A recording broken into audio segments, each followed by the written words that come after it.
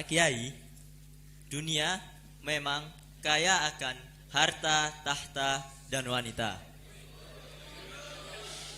Yang terkadang banyak manusia yang saling berlomba-lomba untuk mendapatkannya, yang menghalalkan berbagai macam cara.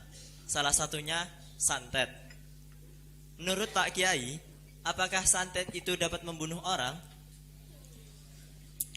Santet itu kata anak remaja gitu ya, kata anak remaja. Cinta ditolak, dukun bertindak, gitu ya. Itu ngaco namanya ya. Santet bertindak.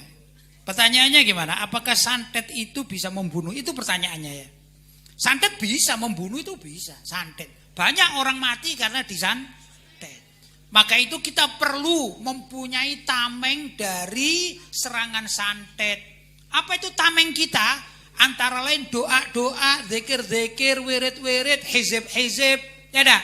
Kalau di sebagian masyarakat di dunia pesantren lain, pesantren kita, itu juga ada ilmu pesantren tentang kanuragan, maksudnya kekuatan ya.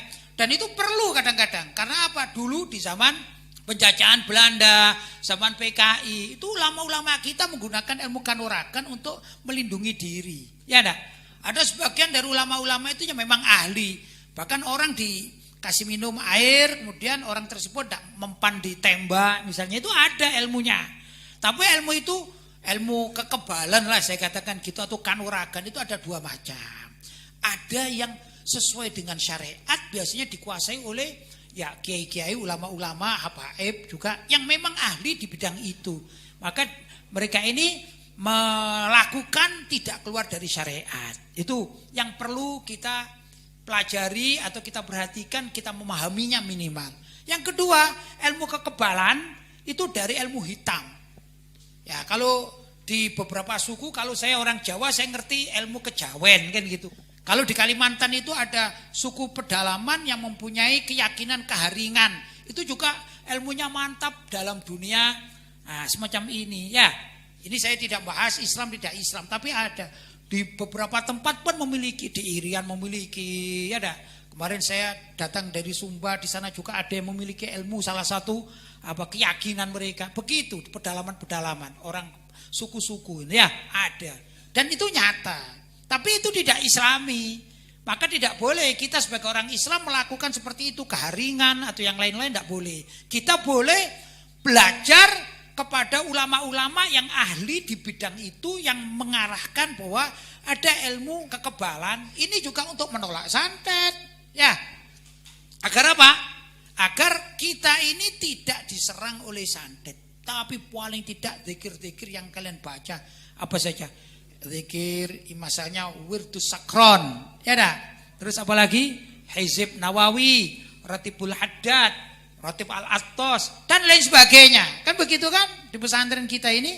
Maka itu termasuk penjagaan dari serangan-serangan ilmu hitam termasuk santet begitu. Tapi saya memberikan anjuran, kalian kalaupun nanti sudah boyong dari pesantren itu tetap diistiqomahi, tapi jangan berlebih-lebihan. Dikurangi kalau bisa jangan, tapi jangan berlebih-lebihan. Maksudnya begini, misalnya di situ ada wirdus sakron. Wah, saya sudah pulang, saya kepingin aman, maka saya baca wirdus sakron sehari 50 kali misalnya. Ya, itu berlebih-lebihan. Ini khawatir kalau tidak kuat, karena setiap zikir atau wirid atau hizib itu mempunyai sifat. Ada sifatnya itu tenang, ada sifatnya itu panas. Nah, kalau orang tidak kuat, ya dah. Atau saya katakan kelebihan dosis itu bisa bahaya, kadang tidak kuat ya akhirnya ya tidak kuat. Bahasa saya bisa menceng gitu ya. Saya enggak sentral dalam berpikir ya.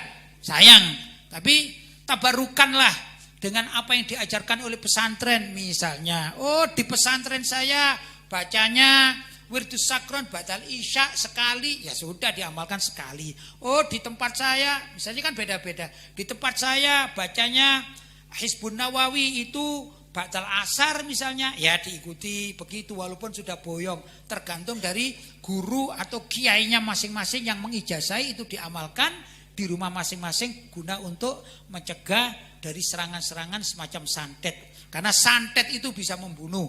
menyakiti dan membunuh. Ya, sedangkan santet itu sendiri termasuk sihir, dan sihir itu juga bisa memisahkan antara suami dan istri. Yufarriqu bainal mar'i wa zaujih. Ya enggak? Nah, sihir itu bisa memisahkan antara suami dan istri yang sah. Asalnya suami istri yang saling mencintai, kemudian ada pihak ketiga yaitu yang menginginkan rusak rumah tangga, maka dirusak dengan ilmu sihir atau ilmu santet, ya enggak? Atau perdukunan, hingga rusak hubungan suami istri yang semula baik dirusak oleh musuhnya. Itu ada juga, dan itu nyata terjadi di masyarakat. Kita tidak ingkar, bukan berarti tidak ingkar itu kita melakukan, tapi kita tahu itu ada, gitu ya. Dan banyak juga orang disantet sampai kemudian perutnya ini membesar, kemudian mati. Ada kan? Nah, ini dikatakan sesuai dengan pertanyaan, apakah santet bisa membunuh manusia? Bisa. Itu jawabannya. Jelas?